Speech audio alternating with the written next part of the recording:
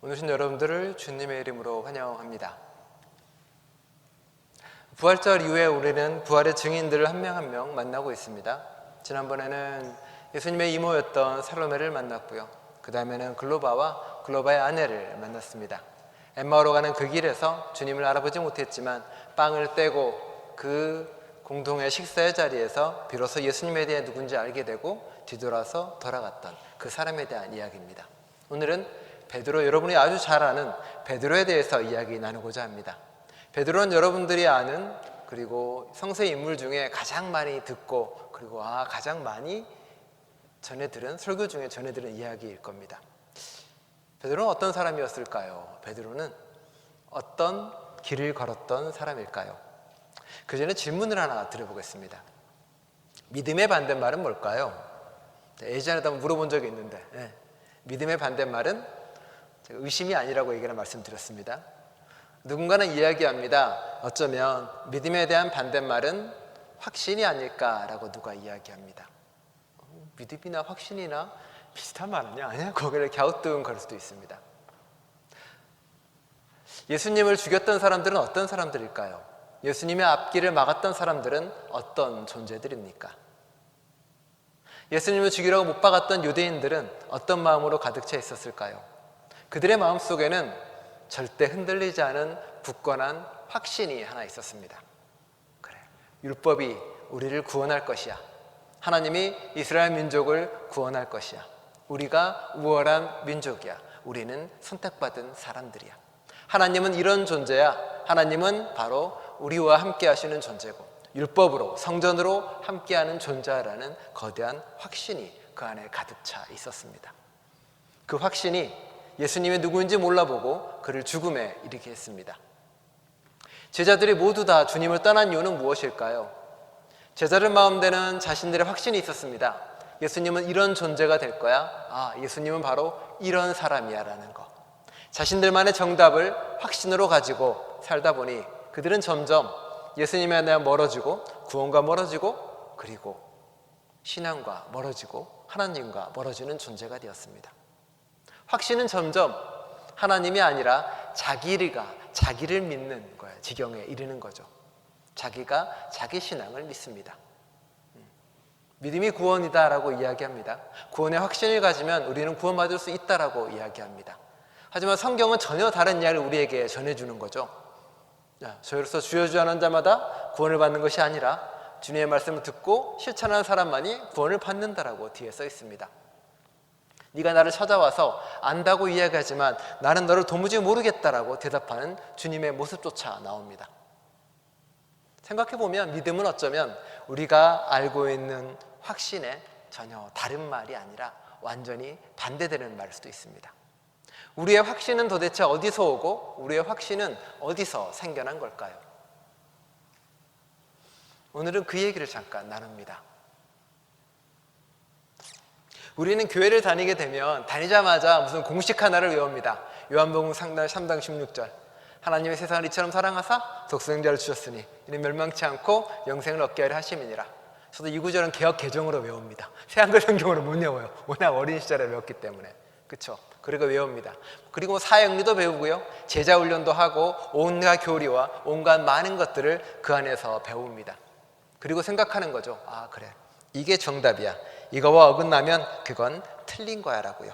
그리고 생각합니다. 그 정답만 받아들이고 외우면 나는 구원받을 수 있다라고 믿습니다. 하지만 그건 정답을 외우는 것이고 그리고 삶이 아니라 정보를 알아가고 깨닫는 거죠. 그 과정을, 그 결과를 얻기까지 고민했던 수많은 신앙의 과정들과 그리고 수없이 잃었던 그 수많은 우리 신앙의 선배들의 목숨, 이런 건 다 잊어버리고 정답만 가지고 내 안에 새겨넣기 시작을 합니다. 삶과 관계없이 정보를 믿는 지식으로 전락해버리고 마는 게 우리의 신앙이었죠. 베드로도 마찬가지였습니다. 베드로는 너는 나를 누구나 하냐고 물을 때 베드로는 뭐라고 대답합니까? 당신은 하나님의 아들이고 우리의 그리스도입니다. 정답을 알고 있는 사람처럼 대답을 합니다.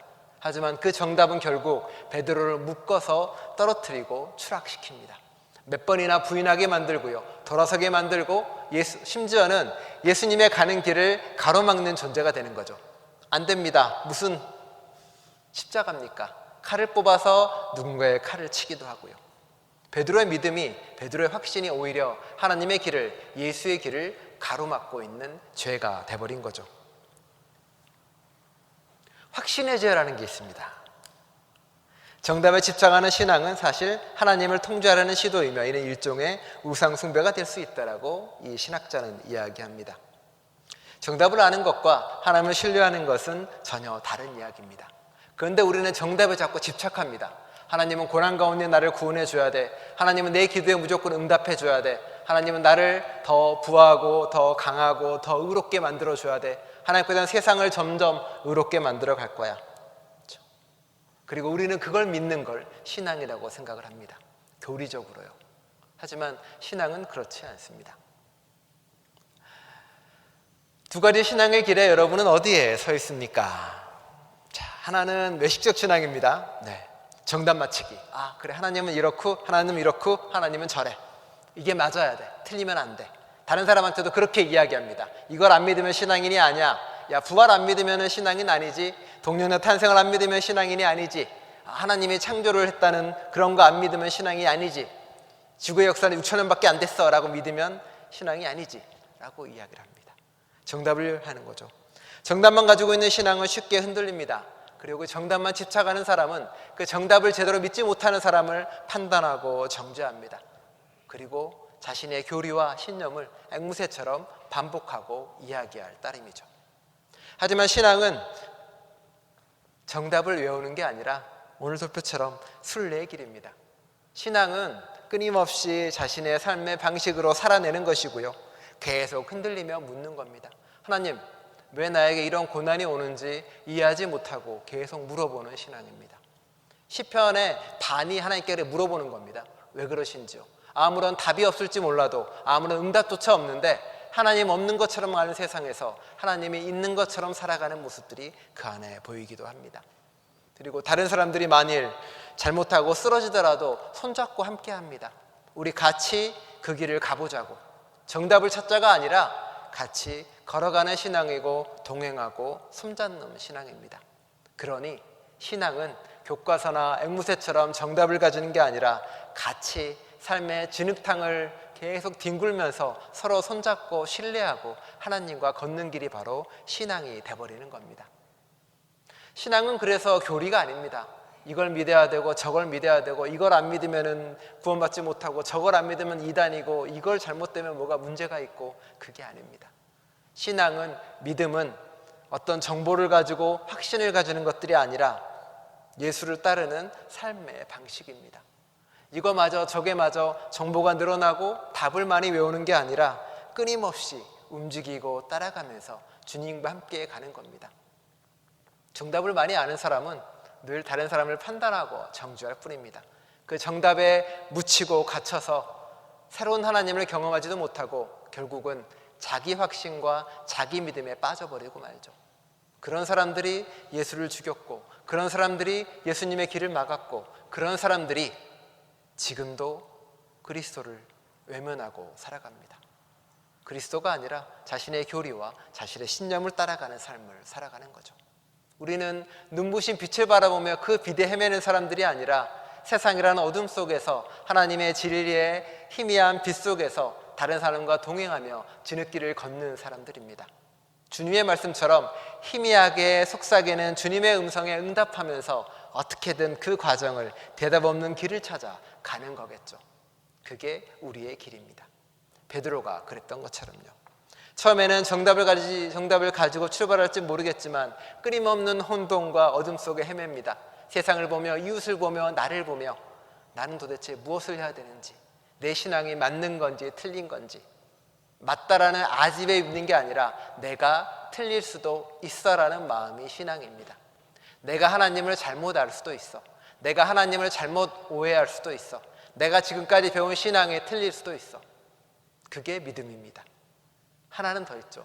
틀리고 흔들리고 자빠지더라도 하나님이 나와 함께 할 거야. 신뢰하고 같이 걸어가는 게 신앙입니다. 정답이 없더라도 정답이 없다는 걸 받아들이고 걸어가는 것이고요. 그리고 신뢰하면서 내 옆사람과 함께 걸어가는 겁니다. 베드로가 그랬잖아요. 베드로는 확신을 가지고 살아가다가 압니다. 자신의 확신이 얼마나 허망하고 의미 없고 가치 없었다는 것을. 세 번의 부인을 통해서 비는 자신 안에 있는 예수님에 대한 생각과 자신에 대한 삶에 대한 생각과 그 모든 것이 다 깨어집니다. 다 깨어지고 나서 비로소 그는 다른 존재로 거듭나는 거죠. 내가 예수님을 따라가겠다고 결정하는 존재가 됩니다. 우리는 그 반복이 이루어지는 사람들입니다.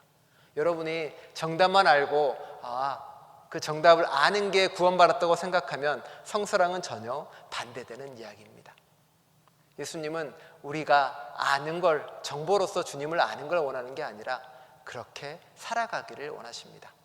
누가 여러분한테 저기 둘이 싸워요 이야기합니다. 저기 둘이 싸워, 말리는 게 맞지? 라고 말합니다. 그럼 사람들이 그래, 말리는 게 맞아.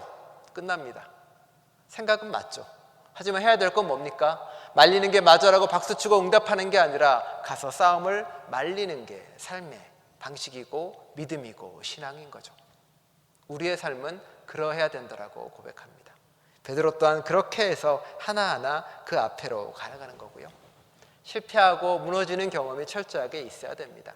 의심하면 안 돼라는 그 글자 하나 붙잡고 아무것도 의심하지 않고 무조건적으로 하다 보니 우리의 신앙은 성장하지도 않고 그저 바닥에서 계속 정답만 외는 앵무새 신앙이 되어버릴 수도 있겠죠. 베드로는 부활한 예수를 만남으로 깨닫습니다. 정답만 가지는 신앙이 아니구나. 내가 부인하고 의심하고 무너지고 쓰러지고 광야를 헤매고 내가 맞는지 틀린지 늘 고민하고 씨름하다가 그래서 주님을 만나야 그때 비로소 우리는 다른 하나님을 만나고 내가 되어가는 하나님이 되겠구나라고 이야기합니다. 근데 오늘 좀 이상하지 않아요? 오늘 보면 베드로가 그래, 내가 하나님의 양을 치겠습니다라고 단호하게 선언을 합니다. 그렇죠? 그럼 이제 베드로는 더 이상 흔들릴 것 같지 않죠? 내가 양을 치겠고 하나님의 음성을 따라가겠다라고. 근데 예수님이 그 자신을 사랑하는 제자한테 다른 얘기를 해주잖아요. 너는 내가 올 때까지 여기 있을 거야 라는 이야기를 합니다. 베드로가 또 바뀌어요. 저건 무슨 말이지? 그렇죠? 베드로한테는 뭐라 그러냐면은 너 나이 들면 이제 네 원하는 대로 삶을 살지도 못하고 이리저리 끌려다닐 거야. 성령님한테 끌려다닐 수도 있고 다른 사람한테 끌려다닐 수도 있어. 너 뜻대로 살지 못할 거야 라고 이야기하는데 왠지 사랑하는 제자한테는 뭔가 좋은 말 해준 것 같아요. 뭔가 잘 될 거고. 그러니까 베드로가 또 의심합니다. 또 흔들리죠. 뭐라고요 예수님? 저 사람 어떻게 된다는 거죠? 라고 이야기하죠. 예수님이 뭐라 그래요? 그게 무슨 상관이냐 너랑. 너는 네 길을 가라라고 다시 한번 이야기합니다. 성경은 베드로의 확신으로 끝내지 않습니다. 성경은 또 다른 베드로의 흔들림으로 이야기를 끝냅니다. 베드로는 평생 또다시 흔들리며 삶을 살아가고 신앙을 살아가겠죠. 우리의 신앙은 비로소 그러해야 됩니다. 끊임없는 여러분의 정답을 가지고 정답으로 해결되지 않는 문제 속에서 계속 흔들리십시오. 계속 물어보십시오. 계속 다른 사람들에게도 계속 이야기를 해야 됩니다. 내 정답을 강요하고 내 정답을 요청하는 게 아니라 누군가의 흔들림과 의심을 나도 받아들이면 됩니다. 내가 혹시 신앙이 틀리지 않았을까? 내가 혹시 잘못 이야기하는 게 아닐까?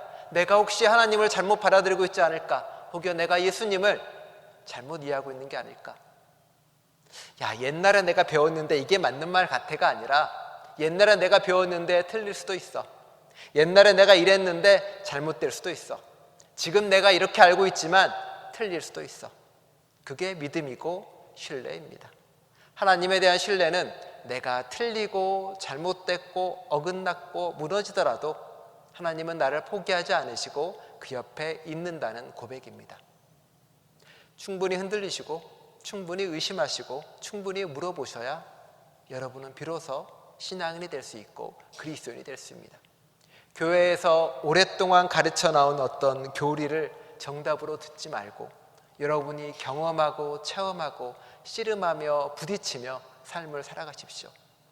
그게 교리로 배웠던 정답이 다시 나의 고백이 되더라도 언어는 똑같지만 그 안에 있는 신앙의 깊이와 그 안에 있는 고백은 다를 것입니다.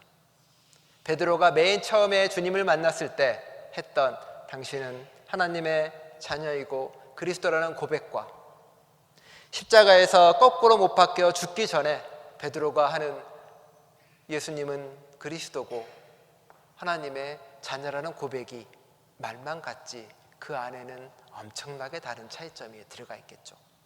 여러분 또한 그러하기를 원합니다.